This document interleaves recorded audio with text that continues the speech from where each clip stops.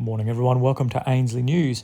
It's 30th of May, end of the month, and what a month it's been.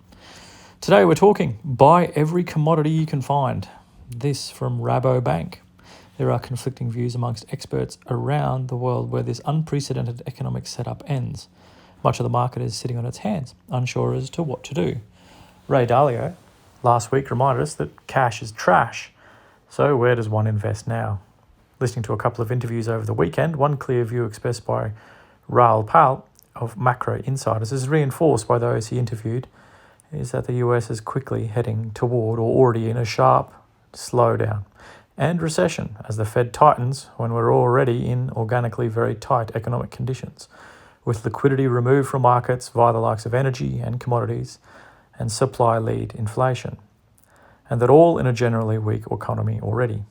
His thesis is that as the Fed adds to this with rate rises and quantitative tightening, soon the market and the economy will crash and force the Fed's hand, and they will pause, and then they'll soon re-loosen policy dropping rates and bring back quantitative easing. Such an about face would see the return or the lack of liquidity, as a few charts we're going to show you today indicate, and now pressuring growth, and particularly tech shares, bonds and crypto. He then sees a surge in Nasdaq bonds, crypto and gold. Friday night, in part, reinforced this view. On the back of more terrible economic data out of the US, and after earlier comments from Atlanta Fed President Bostic that it may make sense to pause in September, we saw Fed minutes confirm the Fed see inflation falling quickly. This lead Bloomberg Fed watcher Vincent Signorelli to note if their forecast is accurate, it would imply the next expected 3.5-point rate hikes would be the end of the current tightening cycle and set the stage for a major risk rally into the second half of 2022.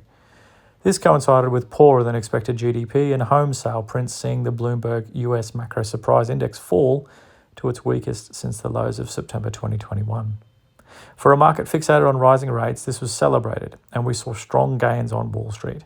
So, to be clear, people buying shares in companies were doing so because the economic outlook looks certain to be going into a recession, but at least money used to buy them will get cheap again. Hence, we get to Paul's thesis again. The economy will tank, value shares will get hurt, growth tech shares will find a home for new cheap money, as will crypto and bonds, and gold will benefit too as the ultimate historical benefactor of such terminally fated monetary largesse and stupidity. Off the back of the strongest 7-year US Treasury auction since the start of COVID in March 2020, Rabobank put it succinctly to investors. If you believe the Fed will pause hiking soon, go long every bond and every commodity you can find. Great stuff there from Rabobank. Thanks for that. Jump over to ainsleyBullion.com.au for all of our news. You can buy, sell and exchange. Find out more information about how to purchase gold and silver and bullion from Ainsley.